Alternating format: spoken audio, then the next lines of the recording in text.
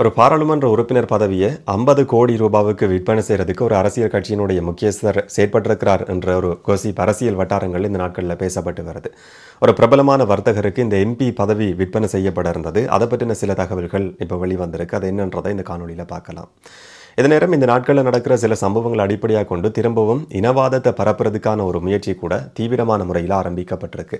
அது என்னன்றதையும் இந்த காணொலியில் பார்க்கலாம். வணக்கம், நான் கிருஷாந்த் ராஜ். கடந்த பாராளுமன்ற தேர்தல் நடந்ததுக்கு பிறகு தேசிய பட்டியல் மூலமாக ஒரு பாராளுமன்ற உறுப்பினர் பதவி எம்பி பதவியை பெற்றுக்கொள்றதுக்கு ஒரு பிரபலமான இலங்கையை சேர்ந்த பிரபலமான வர்த்தகர் நடவடிக்கை எடுத்திருக்கிறார். ஒரு பிரபலமான கட்சிக்கு, தென்னிலங்கையை சேர்ந்த கட்சிக்கு 50 கோடி ரூபாய் பணத்தை கொடுத்து எம்பி பதவி தனக்கு தேசிய பட்டியல் மூலமாக தரப்படணும் என்ற ஒரு கோரிக்கையை அவர் முன் வச்சிருக்கிறார். அந்த பிரபலமான கட்சியை சேர்ந்த ஒரு முக்கியஸ்தரும் 50 கோடி ரூபாய் பணத்தை வாங்கி கொண்டு வாக்குறுதி கொடுத்திருக்கிறார். தேர்தல் முடிஞ்சதுக்கு பிறகு தேசிய பட்டியல் மூலமாக உங்களுக்கு நியமனம் கொடுக்கப்படும் சொல்லி வாக்குறுதி கொடுக்கப்பட்டிருக்கு. தேர்தல் முடிஞ்சது, தேசிய பட்டியல் நியமனங்கள் எல்லாம் நடந்து முடிஞ்சிருக்கு. ஆனால் அந்த 50 கோடி ரூபாவுக்கு என்ன நடந்தது என்றது இன்றைக்கு வரைக்கும் தெரியாது. அந்த பிரபலமான வர்த்தகருக்கு அந்த கட்சியினுடைய முக்கியஸ்தர் மூலமா தேசிய பட்டியல் பாராளுமன்ற உறுப்பினர் பதவியும் கொடுக்கப்படலைன்னு சொல்லப்படுது. இதுக்கு பிறகு கோபமடைஞ்சு அந்த வர்த்தகர் அரசியல் கட்சியினுடைய தலைமையகத்துக்கு போய் கூச்சலிட்டு இருக்கிறார். ஒரு மிகப்பெரிய குழப்பம் நடந்திருக்கு. அந்த கட்சி அலுவலகத்தில் இருந்தவங்க சொல்லியிருக்கிறாங்க, எங்களுக்கும் இதுக்கும் இடையில எந்த விதமான சம்பந்தமும் கிடையாது, நீங்கள் யார்கிட்ட காசை கொடுத்தீங்களோ அந்த நபர்கிட்டயே போய் கேட்டுக்கொள்ளுங்கன்ற மாதிரி சொன்னதுக்கு பிறகு இவர் சொல்லியிருக்கிறார், இதை நான் வேற விதமாக பார்த்துக்கொள்றேன்னு சொல்லி அந்த கட்சி அலுவலகத்தில் இருந்து அந்த வர்த்தகர் வெளியேறியிருக்கிறார் என்ற ஒரு அரசியல் கோசிப் இந்த நாட்களில் பேசப்பட்டு வருது. 100% உறுதிப்படுத்தாததால் அவங்களுடைய பேரை, அந்த கட்சியினுடைய பேரையும் அந்த வர்த்தகருடைய பேரையும் சொல்கிறத நான் தவிர்க்கிறேன். இதே நேரம் இந்த நாட்களில் நடக்கிற சில சம்பவங்கள் அடிப்படையாக கொண்டு திரும்பவும் இனவாதத்தை பரப்புறதுக்கான முயற்சி தீவிரமாக முன்னெடுக்கப்பட்டு வருது. சிவில் அமைப்புகள் என்ற பெயரில் இயங்குகிற சில தரப்புகளும் முன்னாள் அரசியல்வாதிகளும், ராஜபக்ச சார்பு அரசியல்வாதிகளும் அந்த மாதிரியான ஒரு முயற்சியில் திரும்பவும் இறங்கி இருக்கிறத பார்க்க முடியுது. இதுக்கு அண்மைய நாட்களில் நடந்திருக்கிற சில சம்பவங்கள் மிக முக்கியமான காரணம். என்ன சொன்னால், ஞானசார தேரர், கலகொடாத்தே ஞானசார தேரருக்கு 9 மாத சிறை தண்டனை விதிக்கப்பட்டிருக்கு. முஸ்லிம்களுக்கு எதிரான கருத்துக்களை சொன்னார் என்ற அடிப்படையில் அந்த சிறை தண்டனை அவருக்கு இப்போ விதிக்கப்பட்டிருக்கு. இதுக்கு முதல்ல ஜனாதிபதி பொது மன்னிப்பில் வெளிவந்த ஒரு நபர் திரும்பவும் பொது மன்னிப்பு கொடுக்கப்படாது என்றது அவர் சார்ந்த நபர்களுக்கும் அவருடைய ஆதரவாளர்களுக்கும் இதை பயன்படுத்தி கொண்டிருக்கிற அரசியல் கட்சியினுடைய உறுப்பினர்களுக்கும் முக்கியஸ்தர்களுக்கும் அப்படியுமே தெரிஞ்சிருக்கு. அப்போ திரும்பவும் ஒரு ஜனாதிபதி பொது மன்னிப்பை கொடுக்கக்கூடிய ஜனாதிபதி ஒருத்தர் இந்த மாதிரியான நபர்களுக்கு தேவைப்படுறாங்கன்றதும் அதுக்கு பிரதானமான ஒரு காரணம். கலகொடாத்தே ஞானசார தேரர் இந்த விதிக்கப்பட்டிருக்கிற சிறை தண்டனைக்கு பின்னாலேயும் ஒரு இனவாதத்தை பரப்புறதுக்கான முயற்சி முன்னெடுக்கப்படுது. இதே நேரம் இன்றைக்கு ரஷ்யாவுக்கான முன்னாள் தூதுவர் உதயங்க வீரதுங்க கைது செய்யப்பட்டிருக்கிறார். அவர் கைது செய்யப்பட்டிருக்கிறது பெரிய ஒரு விஷயம் சம்பந்தமாக கிடையாது, மிக்கொடுக்கல் வாங்கல் சம்பந்தமாக கிடையாது. அது சம்பந்தமான குற்றச்சாட்டு தான் அவருக்கு எதிராக நீண்ட காலமாக சுமத்தப்பட்டிருந்தது. ஆனால் பக்கத்து வீட்டுக்காரர் ஒருத்தர் தாக்கி காயப்படுத்தினார் என்ற குற்றச்சாட்டின் அடிப்படையில் அது சம்பந்தமாக வெளிவந்து சில காணொலிகள் வைரல் ஆனதுக்கு பிறகு அவர் கைது செய்யப்பட்டிருக்கிறார். பக்கத்து வீட்டுக்காரரோட ஒரு மதில் சுவர் அமைக்கிறது சம்பந்தமாக கருத்து முரண்பாடு ஏற்பட்டிருக்கு. அப்போ அந்த பக்கத்து வீட்டுக்காரர் ஃபோனில் ரெக்கார்ட் பண்ணி கொண்டிருந்திருக்கிறார். இவர் ஏசுகிற விஷயங்கள் எல்லாம் ரெக்கார்ட் பண்ண நேரம் ஒரு குழாய் எடுத்து தாக்குற காட்சிகள் சமூக ஊடகங்களில் வெளிவந்திருந்தது.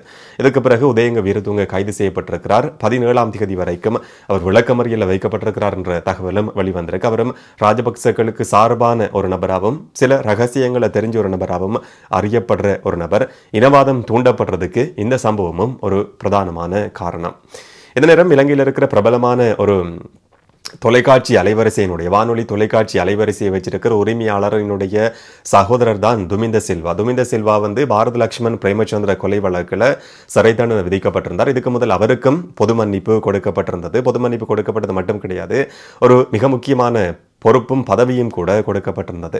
திரும்பவும் நீதிமன்ற வழக்கு விசாரணை மூலமாக அவருக்கு விதிக்கப்பட்ட மரண தண்டனை செல்லுபடியாகும் என்று சொல்லி அவர் சிறைக்கு அனுப்பப்பட்டிருந்தார். அவர் சிறைக்கு அனுப்பப்பட்டிருந்தாலும் கூட சில சலுகைகள் கொடுக்கப்பட்டிருந்தது. சிறைச்சாலை வைத்தியசாலையில் தான் தொடர்ச்சியாக சலுகைகளோடு அவர் தங்க வைக்கப்பட்டிருக்கிறார். ஒரு நட்சத்திர விடுதியில் தங்க வைக்கப்பட்டிருக்கிற மாதிரியான வாழ்க்கையை தான் வாழ்ந்து கொண்டிருக்கிறார் என்ற விமர்சனம் கடந்த சில நாட்களாகவே முன்வைக்கப்பட்டிருந்தது. அதுக்கு பிறகு ஒரு விசேட மருத்துவர் குழு நியமிக்கப்பட்டு திரும்பவும் அவருடைய உடல்நிலை சோதிக்கப்பட்டதாக சொல்லப்பட்டிருந்தது. அதனுடைய பரிந்துரை அறிக்கைக்கு அமைய துமிந்த சில்வா திரும்பவும் வெளிக்கட சிறைச்சாலைக்கு அனுப்பப்பட்டிருக்கிறார் என்ற தகவல் இன்றைக்கு வெளிவந்திருக்கு. அப்போ இதோட சம்பந்தப்பட்ட நபர்களுக்கும் அதுக்கு பின்னால் பின்னால் இருக்கிற ஊடகத்தினுடைய உரிமையாளருக்கும் தன்னுடைய சகோதரரை காப்பாற்ற வேண்டிய ஒரு தேவை இப்போ ஏற்பட்டிருக்கு. இந்த மாதிரியான சம்பவங்களை எல்லாம் அடிப்படையாக கொண்டு இனவாதத்தை பரப்புறதுக்கான முயற்சின்றது பல வழிகளிலையும் இந்த நாட்களில் முன்னெடுக்கப்பட்டு வருது. அதுக்கு இப்போ இந்த தரப்பு கையில் எடுத்திருக்கிற விஷயம் தான் ரோஹிங்யாக்கள் இலங்கைக்கு வந்திருக்கிறது.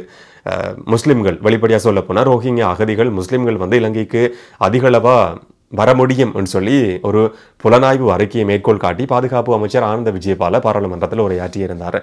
இந்த சம்பவத்தை அடிப்படையாக கொண்டு ஒரு பொது அமைப்பு என்று சொல்லப்படுற அமைப்பினுடைய பிரதிநிதிகள் சிலர் சிஐடியில் குற்றப்புலனாய்வு திணைக்களத்தில் ஒரு முறைப்பாட்டை பதிவு செய்திருக்கிறாங்க. இது சாதாரணமாக அகதிகள் வந்திருக்கிற ஒரு விஷயம் கிடையாது. புலனாய்வு அறிக்கையும் பாராளுமன்றத்தில் சமர்ப்பிக்கப்பட்டிருக்கு. இலங்கையை சேர்ந்த சில நபர்களும் ஆட்கடத்தலோடு சம்பந்தப்பட்டிருக்கிறாங்க. ஏன்னு சொன்னால் ஆனந்த விஜயபால பொதுமக்கள் பாதுகாப்பு அமைச்சர் பாராளுமன்றத்தில் உரையாற்றும் போது சொல்லியிருந்தார், அவங்களுடைய நாட்டு பணத்தில் இந்த படகுக்கு 50 லட்சம் ரூபாய் கொடுக்கப்பட்டிருக்கு. இதை தவிர பயணத்துக்கும் பெருந்தொகையான பணம் செலுத்தப்பட்டிருக்கு. இது ஆட்கடத்தலோடு சம்பந்தப்பட்ட விஷயம் என்ற மாதிரியான ஒரு கருத்தை பதிவு செய்திருந்தார். இலங்கையில் இருக்கிற பாராளுமன்ற உறுப்பினர் முஜிபுர் ரஹ்மானுக்கும் இதுக்கும் இடையில தொடர்பு இருக்கு என்ற மாதிரி குற்றம் சாட்டி இதை வந்து சிங்களம் முஸ்லிம் என்ற மாதிரி கொண்டு வர்றதுக்கான ஒரு முயற்சியா சிஐடியில் ஒரு முறைப்பாடு பதிவு செய்யப்பட்டிருக்கு. முஜிபுர் ரஹ்மானும் முஸ்லிம்களும் தான் இந்த ஆட்கடத்தலுக்கு பின்னால் இருக்கிறாங்கன்ற மாதிரியான ஒரு பிம்பத்தை ஏற்படுத்துகிற முயற்சி இந்த நாட்களில் முன்னெடுக்கப்பட்டு வருது. முஸ்லிம்கள் அதிகமாக இலங்கைக்கு வரும்போது இலங்கையில் இருக்கிற சிங்களவர்கள் ஒரு போராட்டத்தை நடத்த முடியும் என்ற மாதிரியான கருத்தையும் அந்த அமைப்பினுடைய பிரதிநிதிகள் முன்வச்சு ஒரு முறைப்பாட்டை பதிவு செய்திருக்கிறத பார்க்க முடியுது. இந்த மாதிரியான ஒரு பக்கம் இனவாதத்தை பரப்புறதுக்கான முயற்சியும் முன்னெடுக்கப்பட்டு வருது. இதே நேரம் முன்னாள் பொதுமக்கள் பாதுகாப்பு அமைச்சர் சரத் வீரசேகரவும் தெரியும் எப்படியான ஒரு இனவாதி என்றது. குறிப்பாக அவர் கையில் எடுத்திருக்கிற விஷயம் என்னன்னு சொன்னால் வழக்கம் போல தேசிய பாதுகாப்பு. தன்னுடைய ஆட்சி காலகட்டத்தில் தான் பொதுமக்கள் பாதுகாப்பு அமைச்சராக இருந்த காலகட்டத்தில் பாதாள உலக நடவடிக்கை கட்டுப்பாட்டுக்குள்ள வைக்கப்பட்டிருந்ததாம். இந்த நாட்களில் அது அதிகரிச்சிருக்கு. தேசிய பாதுகாப்புக்கு மிகப்பெரிய ஒரு அச்சுறுத்தலான நிலைமை உருவாகி இருக்கு. தேசிய பாதுகாப்பை உறுதிப்படுத்தக்கூடிய ஒரு வலிமையான தலைவர் திரும்பவும் நாட்டுக்கு தேவைன்ற கருத்தையும் முன்னாள் பொதுமக்கள் பாதுகாப்பு அமைச்சர் சரத் வீரசேகர சொல்லி இருக்கிறத பார்க்க முடியுது. இந்த மாதிரி இனவாதத்தை பரப்புறதுக்கு முயற்சி எடுத்திருக்கிற நபர்கள் கையில் எடுத்திருக்கிற விஷயம்தான் ரோஹிங்யா அகதிகள் விஷயம், தேசிய பாதுகாப்பு என்றது. இதுக்கு முதல்லையும் இந்த மாதிரி தமிழ் சிங்களம் முஸ்லீம் என்று சொல்லி இனவாதத்தை பரப்புறதுக்கான முயற்சிகள் முன்னெடுக்கப்பட்டிருக்கு. அதில் பெரும்பாலான சந்தர்ப்பங்களில் இந்த மாதிரியான இனவாதிகள் வெற்றி அடைஞ்சிருக்கிறாங்கன்றதும் முக்கியமானது. இந்த நாட்களில் திரும்பவும் அந்த மாதிரியான முயற்சிகள் தீவிரம் அடைஞ்சிருக்கு. அதுக்கு பின்னால் இருக்கிற காரணங்கள் இதுதான்.